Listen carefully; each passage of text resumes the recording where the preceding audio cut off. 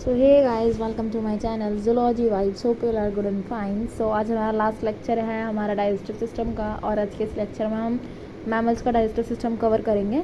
और मैमल्स का जो डाइजेस्टिव सिस्टम कवर करेंगे तो वो दो पार्ट में करेंगे हम। तो पहले हम देखेंगे जनरली प्राइमेट्स का, मतलब ह्यूमन बींग, मंकी वगैरह का जो जनरल ऑर्गेनाइजेशन होता है डाइजेस्टिव सिस्टम का, वो देखेंगे। और उसके बाद देखेंगे हम हर्बीवोरस का डाइजेस्टिव सिस्टम। तो जो हम मैमल्स का डाइजेस्टिव सिस्टम करेंगे उसमें काफ़ी कुछ जो है मैं आपको बाहर से बताऊंगी, जो इवन मैंने अपने नोट्स में भी लिख रखा। तो आज रिक्वेस्ट है आपसे, पेन कॉपी लेके बैठिएगा, साथ साथ नोट करते रहिएगा। ओके, सो स्टार्ट करते हैं अब अपना आज का लेक्चर। तो अब हम बात करते हैं digestive system in mammals. Mammals के अंदर डाइजेस्टिव सिस्टम देखते हैं, ठीक है। तो जो माउथ होते हैं वो बाउंडेड होते हैं फ्लैशी लिप्स से, मतलब अपर जॉज और लोअर जॉज दोनों के फ्रंट में आपने देखा है लिप्स प्रेजेंट होते हैं, सबके ही है, सारे मैमल्स के, ठीक है।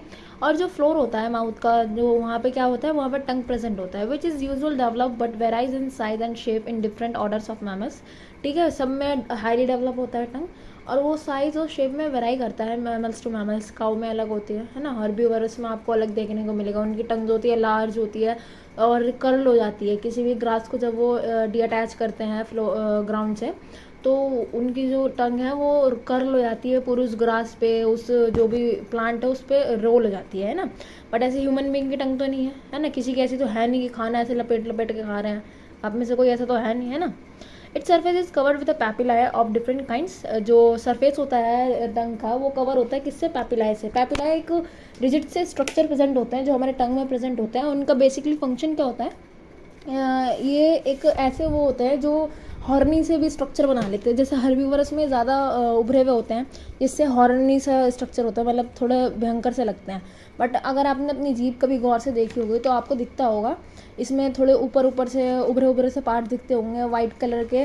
जो सेंटर में आपको दिखता है वो वाइट कलर का दिखता है, अगर आपने गौर से देखा हो। जो साइड साइड में दिखते हैं वो आपको दिखते हैं सारे रेड कलर के, है ना। तो पैपिलाई जो होते हैं वो प्रेजेंट होते हैं हमारे टंग में, और इन्हीं के आसपास, इन्हीं के अकॉर्डिंगली जो होता है टेस्ट बड भी हमारे उसमें प्रेजेंट होता है। हमारे जो टंग है उसमें टेस्ट बड भी प्रेजेंट होता है इन पैपिलाई के अकॉर्डिंगली, ठीक है। The papillae are sometime horny, serving for either grinding of food और for the dressing of hairy coat, ठीक है। जो पैपिलाई होता है वो हॉर्नी भी होता है, मैंने आपको बताया। जैसे हर्बीवोरस में देखिएगा आप, काऊ की गॉट की टंग देखिएगा तो उनमें जो पैपिलाइज प्रेजेंट होते हैं वो ज़्यादा हॉर्नी होते हैं, ठीक है। Thus the tongue and lips margin in many mammals are occupied with raised process which can move up and down along the interspace of teeth in a cleaning action, ठीक है। जो ये टंग होता है वो मूवेबल होता है, जिससे क्लीनिंग कर देता है हमारी टीथ की। जैसे खाना फंस जाता है ना, तो उससे जो है ये टंग का काम थोड़ा क्लीनिंग का भी होता है। और जो हमारे जैसे हमारे ह्यूमन बीइंग में जो पैपिलाई प्रेजेंट होते हैं वो बेसिकली तीन तरह के पैपिलाई प्रेजेंट होते हैं। जो पहला होता है वो फुल्ली फॉर्म पैपिलाई होता है, ह्यूमन बींग्स की टंग की बात कर रही हूँ मैं यहाँ पे, ठीक है। जो सेंटर में पाए जाते हैं ये वाइट कलर के होते हैं, वो सबसे छोटे होते हैं। जो साइड साइड में पाए जाते हैं वो फंगी फॉर्म पैपिलाई होते हैं, वो रेड कलर के होते हैं, पॉइंटेड डॉट्स होते हैं, ठीक है। और ये लेटरल साइड में, मतलब साइड साइड में हमारे टंग के प्रेजेंट होते हैं, ठीक है। और जो एक होता है वो सरकम वेलाइट पैपिलाई पाया जाता है, वो जो हमारे एंड ऑफ द टंग, मतलब जो टंग की जहाँ से हमारा फेरिंग्स का स्टार्टिंग होता है उससे पहले ही हमारे टंग में वो सरकम वेलाइट पैपिलाई प्रेजेंट होते हैं। ये बहुत ज़्यादा लार्ज साइज के होते हैं और ये अरेंज होते हैं वी शेप में, है ना। ये टंग के ऐसा अरेंज होते हैं, जो वी शेप में अरेंज होता है। यहाँ पे आपको ये एक इमेज दिख गई होगी, ठीक है। और ये मैक्स टू मैक्स जो होते हैं ये सरकम वैलेट पैपिलाई, इनका नंबर बहुत कम होता है क्योंकि ये लार्ज साइज़ के होते हैं, 100 to 300 पाए जाते हैं। इसके पास जो टेस्ट बड्स होते हैं वो 100 to 300 पाए जाते हैं, और इनका जो मैक्सिमम नंबर होता है कम से कम ये 8 से 12 पाए जाते हैं, मैक्सिमम 15 to 20 जाता है, उससे ज़्यादा नहीं जाता, ठीक है। और इन्हीं पैपिलाई के अकॉर्डिंगली टेस्ट बड इनमें प्रेजेंट होते हैं, ठीक है। जो टेस्ट बड्स होते हैं वो इन्हीं में प्रेजेंट होते हैं, ठीक है। नेक्स्ट आगे बात करते हैं हम। In association with papillae of the tongue, there is a special end organ of taste bud which often arranged in zones, ठीक है। जो हमारा टंग होता है, टंग में क्या प्रेजेंट होता है, टेस्ट बड। तभी तो जितने भी टेस्ट आते हैं खाने को टंग के थ्रू आते हैं ना। जब हम कुछ गर्म खा लेते हैं, कुछ गर्म पी लेते हैं, है ना, तो हमारे मुंह में जो छाले हो जाते हैं उसके बाद हमें किसी चीज़ का टेस्ट नहीं आता, और कोई भी चीज़ अच्छी नहीं लगती है। क्यों नहीं लगती, हमारे टेस्ट बड जो होते हैं वो डिस्ट्रॉय हो जाते हैं, ठीक है। तो टेस्ट बड जो है डिस्ट्रॉय हो जाते हैं, तो इसी के लिए जो होता है वो सब बारी बारी जो होते हैं रीग्रो हो जाते रहते हैं। जो एक टेस्ट बड का लाइफ स्पैन होता है वो 10 days तक का होता है, ठीक है। मतलब एक टेस्ट बड 10 दिन तक चलता है, उसके बाद वो डिस्ट्रॉय हो जाता है, फिर नया टेस्ट बड जो है वो फॉर्म हो जाता है, ठीक है। The sense of taste differ profoundly among the various group, ठीक है। टेस्ट बड्स की भी अलग अलग वेराइटी होती हैं, वो अलग अलग उसमें पाई जाती है। जैसे हमारा और टाइगर का सेम नहीं होगा, है ना। हम ओमनीवरस भी हैं, हम बहुत सारे लोग ओमनीवरस है, बहुत सारे सिर्फ हर्बीवरस है ना। तो उसी में हिसाब से डिफ़र करता है ना। तो टेस्ट बड भी अलग अलग उसके होते हैं और जोन्स में डिवाइड होते हैं। जैसे फ्रंट का सॉल्टी टेस्ट, साइड का शुगरी टेस्ट, ऐसे वैसे टेस्ट का जो होता है वो जोन्स में डिवाइड होते हैं, ठीक है। The roof of mouth is formed in the front of hard palate, consisting of horizontal palate line plates of the maxillary and palate line bones covered with mucous membrane bearing palate fold, ठीक है। जो mouth की roof होती है, जो upper side होता है वो हार्ड पैलेट से बनी हुई होती है फ्रंट से, ठीक है। जो हॉरिजॉन्टल पैलेट लाइन है उससे बनी हुई होती है, और ये कवर्ड होती है एक म्यूकस की मेम्ब्रेन से जो प्लेटल फोल्ड्स को बियर करता है, जिनके पास प्लेटल फोल्ड्स होती है बेसिकली प्रेजेंट होती है, ठीक है। आप अपने माउथ के ऊपर देखिए, ऊपर टच कीजिए, है ना, आपको दिख रहा है ना थोड़ा उभरा उभरा सा, थोड़ा रफ सा पार्ट, तो ये वही है। ये किससे बना हुआ है? मैक्सिलरी और पैलेट लाइन बोन से पूरा कवर है ये एरिया, और इसमें पैलेटल फोल्ड्स प्रेजेंट है, ठीक है। Behind the hard plate there is a backward projection of soft muscular fold of the soft palate which divides the cavity of pharynx into the upper and lower chamber, ठीक है। हमारी जो palette है, इसके बाद का जो पोर्शन दिखता है वो आपको सॉफ्ट मस्कुलर का पोर्शन दिखता है। अपनी जीभ को थोड़ा पीछे करके देख लीजिए, ये सब चीज़ आप देखा कीजिए, तभी आपको समझ में आती रहेंगी, है ना।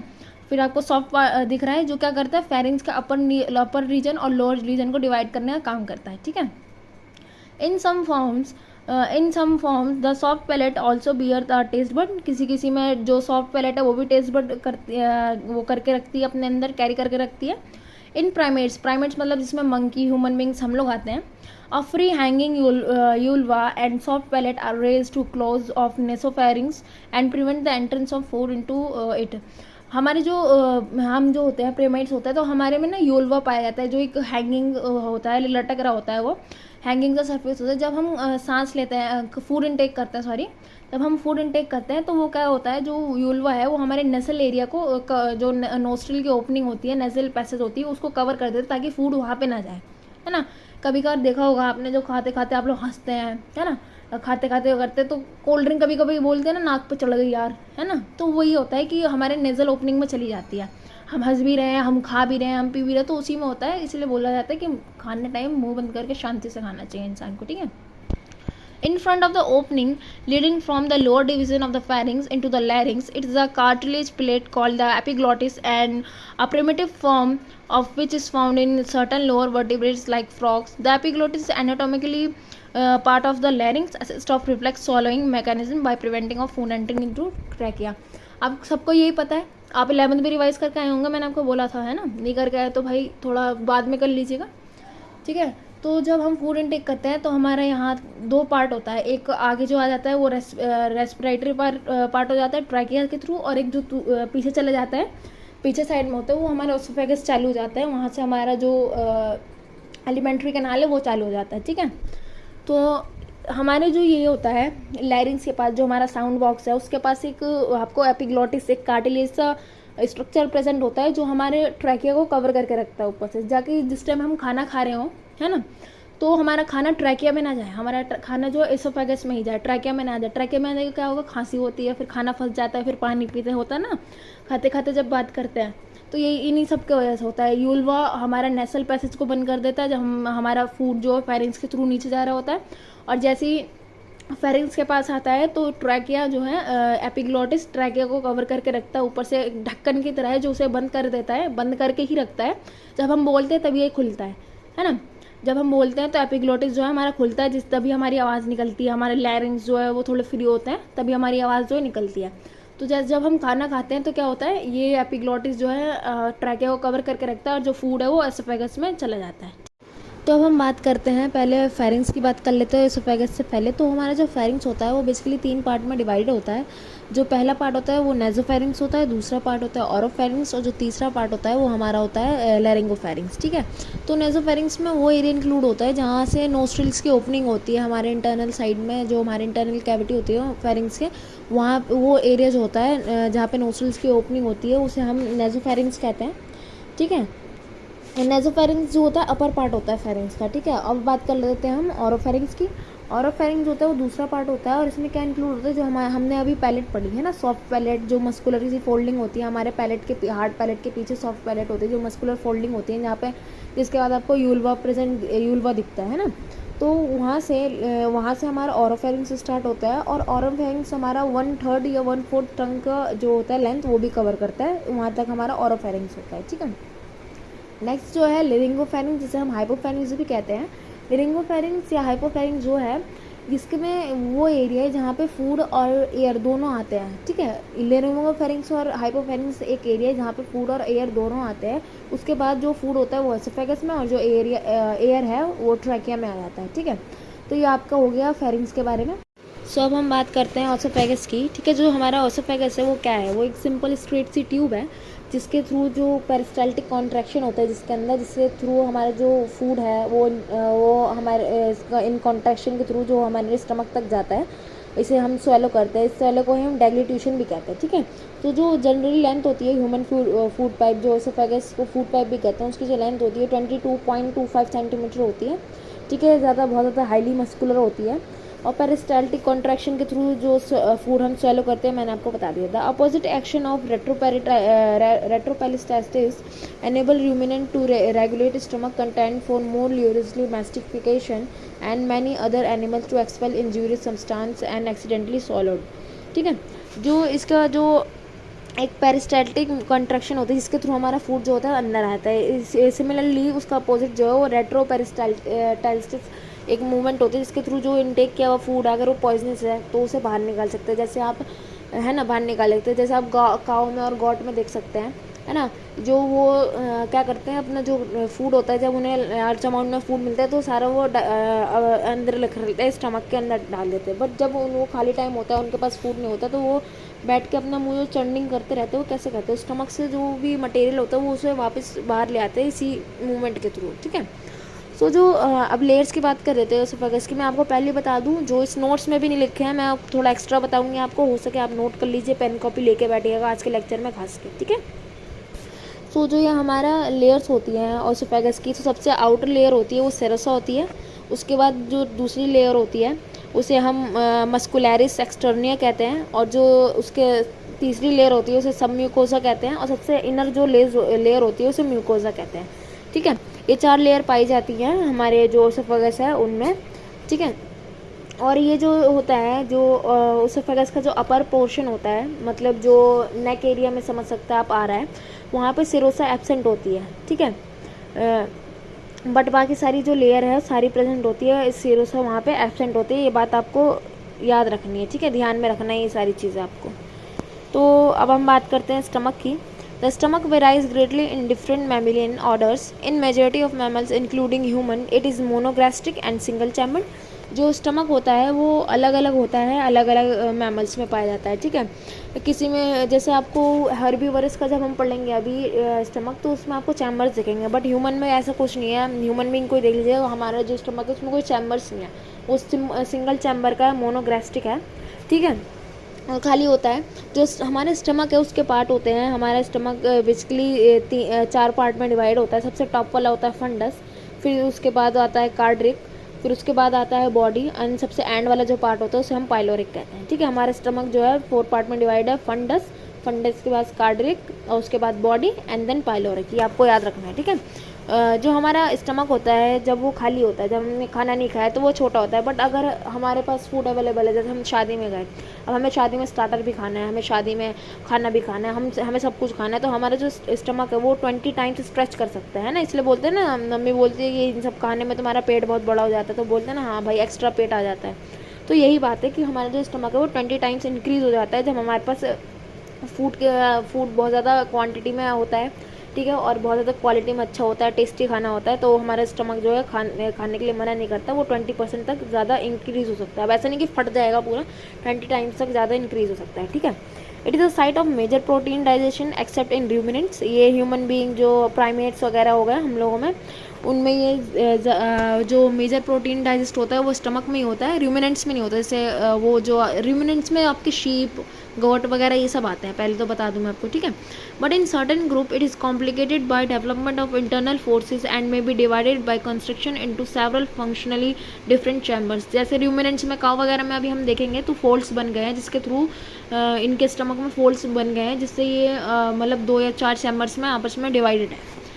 अब स्टमक के बारे में आपको थोड़ा एक्स्ट्रा बता दूं, जो हमारा सबसे टॉप पोर्शन होता है विच इज़ फंडस, ठीक है। फंडस के स्टार्टिंग में आपको जो हमारी स्टमक की ओपनिंग होती है उसमें एक स्प्रिंटर लगा होता है, जिसे हम गैस्ट्रोएसोफेगल स्प्रिंटर भी कहते हैं या फिर कार्डिक स्प्रिंटर भी कहते हैं, ठीक है। और जो हमारा फंडस है वो कहाँ पे लोकेटेड होता है, हमारे डायफ्राम जो होता है, हमारा डायफ्राम होता है उसके पास में ये प्रेजेंट होता है, ठीक है। उसके बहुत पास प्रेजेंट होता है हमारा फंडस जो पोर्शन है, ठीक है। फिर दूसरा जो पोर्शन है कार्डिक पोर्शन, इससे जो हमारा एसोफेगस है वो कार्डिक पोर्शन से कनेक्ट होता है, ठीक है। फंडस से कनेक्ट नहीं होता, ऑल्दो फंडस सबसे टॉप वाला पार्ट है, बट अभी आपको डायग्राम दिखाऊंगी मैं तो उसमें आपको समझ में आ जाएगा कि फंडस क्यों एसोफेगस से डायरेक्टली कनेक्ट नहीं होता।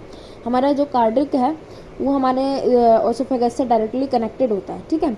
नेक्स्ट जो सबसे लास्ट वाला लेयर है पाइलोरिक, इसके पास एक स्प्रिंटर होता है जो एंड का होता है, उसे हम पाइलोरिक स्प्रिंटर कहते हैं, ठीक है। और ये जो हमारा पाइलोरिक ये किससे अटैच होता है, हमारा ड्यूडेनम से अटैच होता है, ठीक है। जो हमारे ये स्टमक है ये 3 मस्कुलर लेयर प्रेजेंट होती है इनके अंदर, ठीक है। जो सबसे बाहर वाली लेयर होती है उसे वो लॉन्गिट्यूडनल होती है, मिडल वाली जो होती है वो सर्कुलर होती है, और जो इनर लेयर होती है वो ऑब्लिक लेयर होती है, ठीक है। ये तीनों मिलके हमारी जो स्टमक है वो उसकी लेयर बनाती हैं, ठीक है। और हमारे स्टमक के अंदर आपको ऐसे ना हॉरिजॉन्टली से कट से ऐसे दिखेंगे, मतलब बहुत ज़्यादा रफ सा दिखेगा, वो इन्हीं लेयर्स के थ्रू होता है, और इससे हमारा जो एब्जॉर्प्शन है वो भी बहुत ज़्यादा बढ़िया हो। अब हम बात कर लेते हैं हमारे इंटेस्टाइन वगैरह की, ठीक है।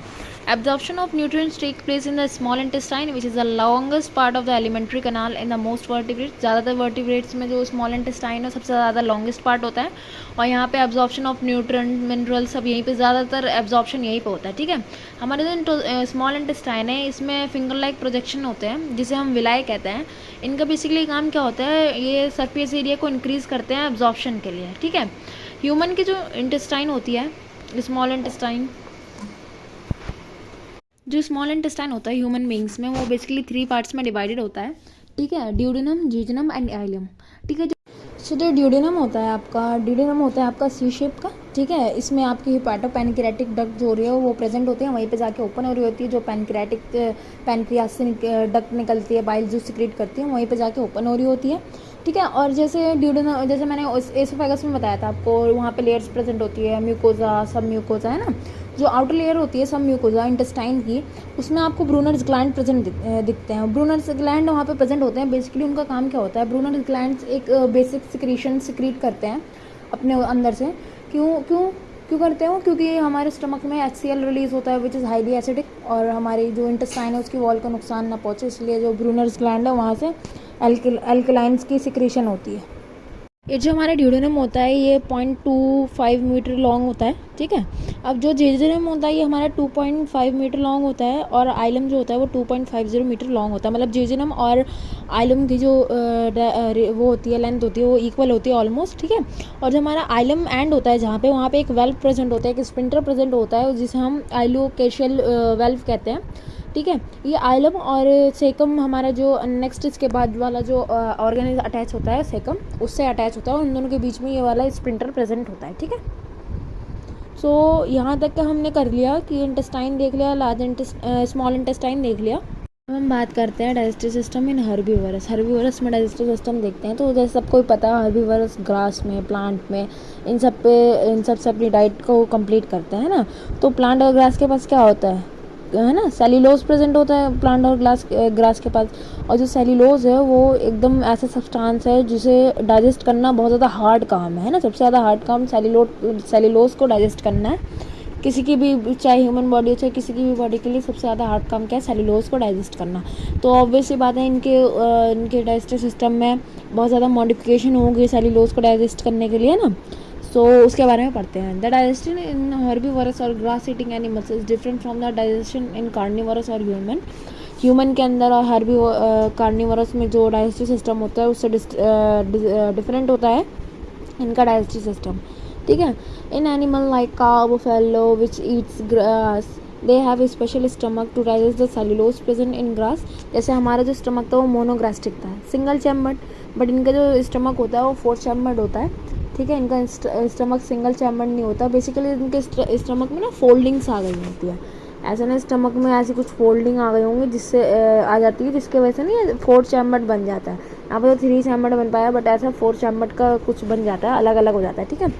तो जो 4 चैम्बर्ड हार्ट बोल रही सॉरी स्टमक होता है, तो उसमें सबसे पहला आता है र्यूमन, रेटिकुलम, ओमैसम एंड एबोमैसम, ठीक है। ये 4 जो है हमारे स्टमक के चैम्बर्स हैं, किसके, हर्बीवोरस के, ठीक है। तो सबसे पहले बात करते हैं हम र्यूमन की, ठीक है। The first compartment is the biggest and is called the र्यूमन, ठीक है। जो सबसे पहला कंपार्टमेंट है वो र्यूमन होता है और सबसे बड़ा कंपार्टमेंट होता है ये, ठीक है। When the cow eats the grass as food it doesn't not chew its completely.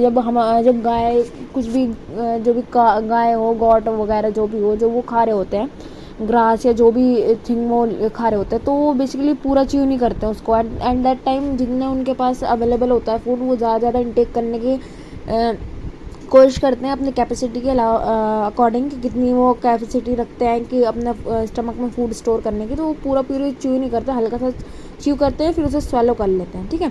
और स्वेलो कर वो कहाँ पे भेज देते हैं, र्यूमन में। तो उनका जो ये पार्शली वो च्यूइंग फूड होता है उसे वो र्यूमन में चले आते हैं। अब हमारा जो र्यूमन है वहाँ पे क्या प्रेजेंट होता है, वहाँ पे कुछ ऐसे बैक्टीरिया प्रेजेंट होते हैं जो डाइजेस्ट कर देते हैं सेल्यूलोज को, जो ग्रास में प्रेजेंट सेल्यूलोज है उनको डाइजेस्ट कर देते हैं, ठीक है। और फिर जब गाय हमारी बैठती है आराम से, है ना, हर वक्त तो खाती नहीं रहती, हर वक्त घास के पास तो रहती नहीं, बट आपने देखा होगा वो वहाँ पे ही बैठे बैठे च्यू कर रही होती है, ऐसा लगता है च्युइंगम चबा रही है। तो बेसिकली क्या करती है, जब गाय बैठी रहती है, जो ये प्लांट्स ईटिंग एनिमल्स होते हैं, क्या करते हैं, ये जो इनका जो र्यूमन से जो बैक्टीरिया के थ्रू जो वो हुआ है, डाइजेस्ट हुआ है सेल्यूलोज का मटेरियल जो भी, तो उसको कड के फॉर्मेशन में एक बॉल जैसे स्ट्रक्चर्स में कन्वर्ट कर लेते हैं, उसको वो रीटेक कर लेते हैं अपने स्टमक से वापस माउथ में ले आते हैं, फिर उसको अच्छे से प्रॉपरली च्यू करते हैं, उसके बाद स्वेलो करते हैं। उसके बाद जो स्वेलो करते हैं तो सीधा र्यूमन में नहीं जाता, उसके बाद जो वो रेटिकुलम, ओमैसम और एबोमैसम्स में, इन सब में जाता है, बस वो र्यूमन में नहीं जाता, ठीक है। अब रीड कर लेते हैं। When the cow just a second. When the cow eats grass as a food, it does not chew it completely. It swallows the grass quickly and stores it in the rumen. The rumen has bacteria that digest cellulose. The bacteria in the rumen start to digest the cellulose in grass. In grass-eating animals, the rumen stores partially chewed food and then enables further chewing, which digests the cellulose easier in the animals. ठीक है। जो ये partially वो chewed food है उसको र्यूमन में भेज देते हैं, जहाँ पे वो सेल्यूलोज जो डाइजेस्ट होता है अच्छे से र्यूमन में, जो बैक्टीरिया प्रेजेंट होते हैं, ठीक है। The cud from the rumen is carried back to the cow's mouth in small lump when the cow is resting, ठीक है। जो कड फॉर्मेशन हो जाता है, वो कर्ड नहीं है, वो दही वाला कर्ड नहीं है, ये कर्ड है जो डाइजेस्ट होने सेल्यूलोज को ब्रेक डाउन करने के बाद जो फॉर्मेशन होता है छोटे छोटे बॉल में कन्वर्ट हो जाता है, उसे हम कर्ड कहते हैं। फिर जो कर्ड है वो छोटे छोटे स्ट्रक्चर जो बॉल होते हैं वो वापस माउथ में जाते हैं, फिर वहाँ पे उन्हें प्रॉपरली च्यू किया जाता है, ठीक है। उसके बाद वो कहाँ जाते हैं, च्यू करने के बाद र्यूमन में आके जो अगला जो भी चैम्बर है उसमें आते हैं। Once the cud is thoroughly chewed is in the mouth it is swallowed again. The chewed cud does not return back to the rumen but instead moves to other compartment and then into the small intestine for digestion and absorption. Other part में जाएगा वो हमारे stomach के, उसके बाद absorption और digestion के लिए कहाँ जाएगा, इंटेस्टाइन में, ठीक है। जो र्यूमन है सबसे लार्जेस्ट होता है, जितने भी हमारे बाकी के 3 कंपार्टमेंट हैं उन सबसे ज़्यादा जो लार्जेस्ट है वो र्यूमन ही होता है, ठीक है। क्यों होता है, क्योंकि जो हमारे जो काव वगैरह है, ये जब फूड इनके पास अवेलेबल होता है तो ये ज़्यादा से ज़्यादा इंटेक करते हैं। तो जैसे मैंने आपको मैमल्स में बताया था 20 टाइम्स जो उनका स्टमक बड़ा हो जाता है ना, तो स्टमक थोड़ा फैलता है। तो जब ये अपना जो पार्शली च्यूड फूड है वहाँ र्यूमन में स्टोर करेंगे, तो ये जितना अवेलेबल है उतना ज़्यादा वो स्टोर करने की कोशिश करेंगे, तो इसीलिए सबसे बड़ा जो होता है र्यूमन होता है, ठीक है। The reticulum is much smaller than the rumen, has it mucous membrane raised up into the number of astronomic rich. जो रेटिकुलम होता है वो बहुत ज़्यादा छोटा होता है र्यूमन से, उसके पास बहुत सारी म्यूकस के मेम्ब्रेन प्रेजेंट होते हैं, जो एज अ रिच की तरह, थोड़े उभरे पार्ट की तरह कुछ इस तरीके से प्रेजेंट होते हैं हमारे रेटिकुलम के। These are capable of closing together in such a way to as to convert groove into a canal. ये एक साथ क्लोज और एक साथ वो होते हैं, क्या कहते हैं, क्लोज और ओपन होते हैं, जिससे ये एकदम से अच्छे से फूड जो होता है, फूड मटेरियल क्रश हो जाता है अच्छे से, और वो एक ग्रूव के थ्रू एक कनाल से आगे बढ़ता है। ठीक है। The mucous membrane of omasum is raised up into the numerous longitudinal leaf folds. जो म्यूकस की मेम्ब्रेन होती है हमारे ओमेसम में, वो एज अ लॉन्गिट्यूडनल फोल्ड कुछ इस तरीके की लीफ की लाइक स्ट्रक्चर की फोल्ड में प्रेजेंट होती है, इस तरीके से। ठीक है। जो ये अब ओमेसम है, ये ह्यूमन से तो छोटा होता है, बट हमारे रेटिकुलम से ये बड़ा होता है, और इसके पास has smooth vascular and glandular mucous membrane. इनकी जो म्यूकस की मेम्ब्रेन होती है वो स्मूथ होती है, वेस्कुलराइज्ड होती है, और ग्लैंडुलर होती है, बहुत सारे ग्लैंड्स भी उनमें प्रेजेंट होते हैं। ठीक है। एक मिनट में इन सबको इरेज करूँ। इन सम र्यूमिनेंट्स ऑसमैगम इज एब्सेंट। किसी किसी र्यूमेंट्स में, शीप वगैरह में आपको ये जो होते हैं, जैसे शीप हो गए, कैटल हो गए, इन सब में जो ये र्यूमन वगैरह जो है आपको एब्सेंट देखने को मिलेगा। In rumen and reticulum of deer, cattle, sheep etcetera there exist a dense population of protozoa and bacteria that attack and break down cellulose which form the major part of the diet. Rumen of deer, cattle और sheep ऐसे जो होते हैं, इनके र्यूमन और reticulum में आपको protozoa और बैक्टीरिया दिखते हैं, जो सेल्यूलोज को ब्रेक डाउन करने का काम करते हैं। और आधा जो डाइजेशन है, डाइजेशन का मतलब डाइट का जो मेजर पार्ट है वो यहीं से बनता है। ठीक है। तो ये सारे पॉइंट आपको याद करने के दिमाग में रखने वाले हैं कि कौन से डेंस पॉपुलेशन ऑफ किसके रहते हैं, प्रोटोजोआ और बैक्टीरिया का डेंस पॉपुलेशन रहता है, कहाँ पर रहता है, ह्यूमन और रेटिकुलम में। ठीक है। ज़्यादा अमाउंट कहाँ पाया जाता है उसको, ह्यूमन में, और थोड़ा अमाउंट में कहाँ प्रेजेंट होता है, वो रेटिकुलम में। ठीक है।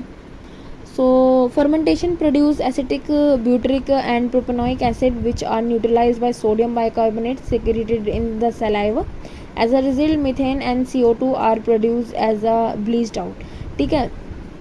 उन जो कावडंग वगैरह होता है उसमें क्या पाया जाता है, ज़्यादा अमाउंट में मिथेन पाया जाता है, सबको ही पता है ना। उनके उसमें बैक्टीरिया भी पाए जाते हैं, है ना। ये तो पढ़ा ही होगा आपने, बैक्टीरिया वगैरह पाए जाते हैं, कौन आर्चियो बैक्टीरिया पाया जाता है ना, मैं भी प्रॉपरली श्योर नहीं हूँ। मिथानोजेंस पाए जाते हैं उसमें, इनके जो कावडंग होते हैं उसमें मिथानोजेंस पाए जाते हैं। ठीक है। और जो फर्मेंटेशन होता है, जो जहाँ पे ये खाने को डाइजेस्ट करते हैं, है ना, बैक्टीरिया वगैरह के थ्रू करते हैं, तो फर्मेंटेशन हो गया, है ना।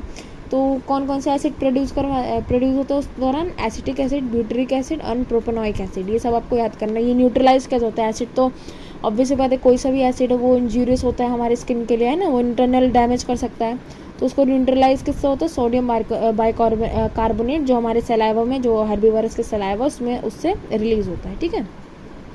अब एक सैकम वो कैल्शियम स्ट्रक्चर होता है। कैल्शियम ह्यूमन बीइंग में बात करें तो कैल्शियम का क्या काम होता है, विटामिन के और विटामिन बी का प्रोडक्शन करवाना। और इसमें हमारा जो सैकम होता है, ये इसमें कुछ बैक्टीरियाज प्रेजेंट होते हैं जो विटामिन बी का, B12 का और विटामिन के का, इन सब का फॉर्मेशन करवाते हैं। ठीक है। जो सेकम होते हैं कहाँ पे लोकेटेड होता है, ये हमारे स्मॉल इंटेस्टाइन और लार्ज इंटेस्टाइन, इन दोनों के बीच में प्रेजेंट होता है, मतलब स्मॉल इंटेस्टाइन की एंडिंग और लार्ज इंटेस्टाइन की ओपनिंग में ये प्रेजेंट होता है। ठीक है। The caecum is situated at the junction of large and small intestine, is usually present, varies greatly in extent and different order and families. ये इसका जो होता है साइज वगैरह अलग अलग उसमें डिफर करता है। ठीक है। In general it is much larger in vegetarian that in carnivorous form. Vegetarian में ज़्यादा बड़ा होता है कार्निवोरस से। Among herbivores is those that have a simple stomach such as the rabbit that have largest cecum, calcium. जो herbivores हो गए, जैसे छोटे छोटे हर्बीवरस हो गए, रैबिट हो गए, ये सब हो गए, इनका जो स्टमक होता है, इनका जो स्टमक होता है मोनोग्रास्टिक होता है ना, 4 चैम्बर स्टमक नहीं होता। तो इनके पास जो होता है, जो सेकम होता है वो हाईली लार्ज होता है, मतलब बहुत ज़्यादा इनॉर्मस होता है, वेल डेवलप, मतलब अच्छे से बड़ा होता है, लार्ज होता है, जिससे इनका जो डाइजेशन का सिस्टम है, जो बैक्टीरिया प्रेजेंट होते हैं उसमें हमारे सेकम में, वो उनसे वो सेल्यूलोज को डाइजेस्ट कर सके। ठीक है। The caecum is simple in monotremes, absent in sloth. Caecum किस में एब्सेंट होता है, स्लॉथ में एब्सेंट होता है। सिंपल किस में होता है, मोनोटर्म्स में सिंपल होता है। It is relatively enormous in marsupial koala, which is its mostly eucalyptus leaf. ये जो आपका फेस्कोल इरेक्टस होता है, ये क्या करता है ज़्यादातर वो लीव्स को ईट करता है, ठीक है। ये ज़्यादा इनॉर्मस होता है, बड़ा होता है, किस में पाया जाता है, ये आपके मार्सुपियल कोला में और फेस्कोल इरेक्टस में पाया जाता है, ठीक है। कितना बड़ा होता है ये, 250 सेंटीमीटर तक का लंबा हो सकता है। In human and few other animals जैसे मंकी, रोडेंट, इन सब में the distal end of caecum has degenerated into appendix vermiform. Vermiform appendix से हमारे जो सुना होगा ना आपने ये नाम, 11th का रिवाइज करके नहीं आया होगा तो भाई दिक्कत होगी, है ना। नहीं करके आए हो तो एक बार कर लेना डाइजेस्टिव सिस्टम, ज़्यादा डीपली नहीं बोल रही हूँ, ऊपर ऊपर से ही देख लेना एक बार तो समझ में आ जाएगा, ठीक है। जो सैकम होता है उसके पास एक ये हमारा सैकम का स्ट्रक्चर है ना। तो यहाँ से एक ऐसा सा स्ट्रक्चर होता है, ये होता है वर्मीफॉर्म अपेंडिक्स। ये जो होता है हमारे में डिजेनरेट हो चुका है, इसका हमारे में कोई काम नहीं है, हम क्योंकि इतना ज़्यादा सेल्यूलोज को इनटेक नहीं करते हैं तो हमें काम नहीं आता है, हमारे में एक एज अ वेस्टिजियल ऑर्गन है, ठीक है। The portion of vegetable material ingested is not however the only factor governing the size of caecum, ठीक है। जो वेजिटेबल हम इंजेस्ट करते हैं वही डिटरमाइन करता है हमारे सेकम का साइज़ वगैरह। इन ruminant caecum is relatively small, जो रूमिनेंट होते हैं जैसे हॉर्स वगैरह होगा, इनमें जो सेकम होता है वो बहुत ज़्यादा स्मॉल होता है, ठीक है। और जैसे काव वगैरह होगा इनमें जो जो रूमिनेंट्स में आपके काव वगैरह आते हैं, रूमिनेंट्स में आपका हॉर्स नहीं आता, मैंने अभी गलती से यहाँ पे बोल दिया, हॉर्स का नाम ले लिया। जो रूमिनेंट्स में काव वगैरह होते हैं इनका जो सेकम होता है वो स्मॉल होता है। क्यों होता है, क्योंकि ऑलरेडी इनके स्टमक में स्टमक के 4 चैम्बर है और इनके स्टमक में बैक्टीरिया प्रेजेंट है, और थोड़े थोड़े बैक्टीरिया आपको रेटिकुलम में भी मिल रहे हैं।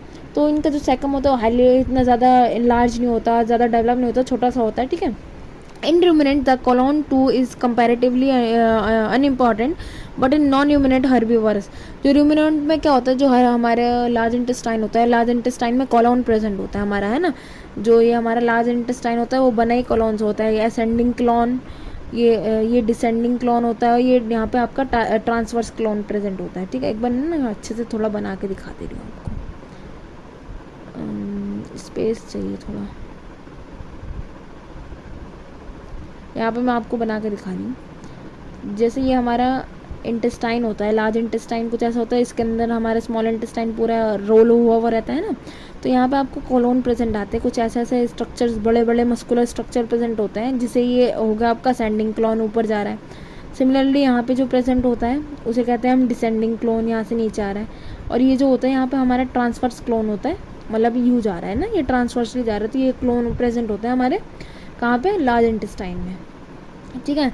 तो जो ये नॉन रूमिनेंट्स होते हैं जैसे हॉर्स वगैरह होगा, तो इनमें वो सेकम और कोलोन बहुत ज़्यादा बड़ा होता है, लार्ज होता है और इनॉर्मस होता है। All material passing from the ileum to colon enters the caecum which in horse may be some 4 feet long and hold as much as 8 gallon, ठीक है। 8 गैलन कुछ खाना या पानी, ये जो सेकम है इतना बड़ा होता है हॉर्स वगैरह में, जो नॉन रूमिनेंट्स होते हैं उनमें इतना बड़ा होता है कि 8 गैलन वाटर या 8 गैलन समथिंग वो स्टोर कर सकता है जो सेकम है, ठीक है। In horse caecum has fluid storing and digestive function, जो सेकम है उसका फ्लूइड स्टोरिंग और डाइजेस्टिव फंक्शन है हॉर्स के अंदर। The large colony in horse is principally absorptive in function, although some bacterial but not enzymatic digestion occur here, ठीक है। यहाँ पे कोई एंजाइमेटिक डाइजेशन नहीं होता, ऐसा कोई नहीं है कि एंजाइम रिलीज हो रहा है जिससे डाइजेशन हो रही है, जैसे हमारा SCL रिलीज़ होता है हमारे स्टमक में, तो जो फूड है वो ब्रेक डाउन होता है। तो इनमें कोई एंजाइमेटिक डाइजेशन नहीं है,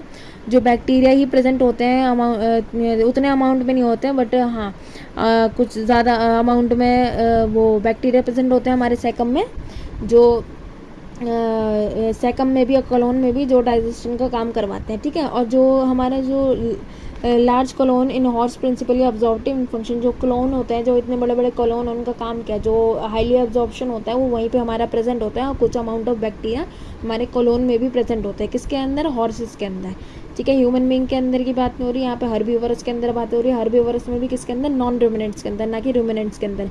रूमिनेंट्स के अंदर क्या होता है, कोलोन छोटा होता है, उनका स्टमक 4 चैम्बर्ड होता है, और वो सेकम जो होता है वो भी इतना हाईली डेवलप नहीं होता है, ठीक है। और नॉन रूमिनेंट जैसे हॉर्स वगैरह होगा, इनके अंदर सेकम और कोलोन दोनों इनॉर्मस होता है, दोनों का कोलोन का फंक्शन होता है एब्जॉर्प्शन करना, कुछ अमाउंट ऑफ बैक्टीरिया प्रेजेंट होते हैं जो डाइजेशन में भी हेल्प करते हैं, ठीक है।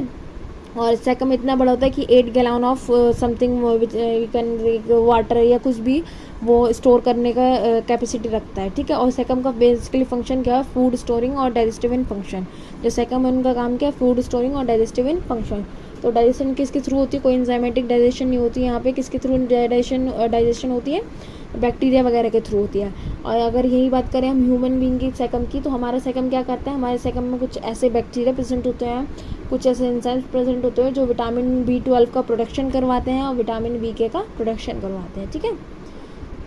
सो आज का लेक्चर में यहीं पे ख़त्म होता है। होपफुली मेरी वीडियो आपको पसंद आई होगी। वीडियो पसंद आई तो लाइक शेयर सब्सक्राइब करना बिल्कुल ना भूलें। Thank you.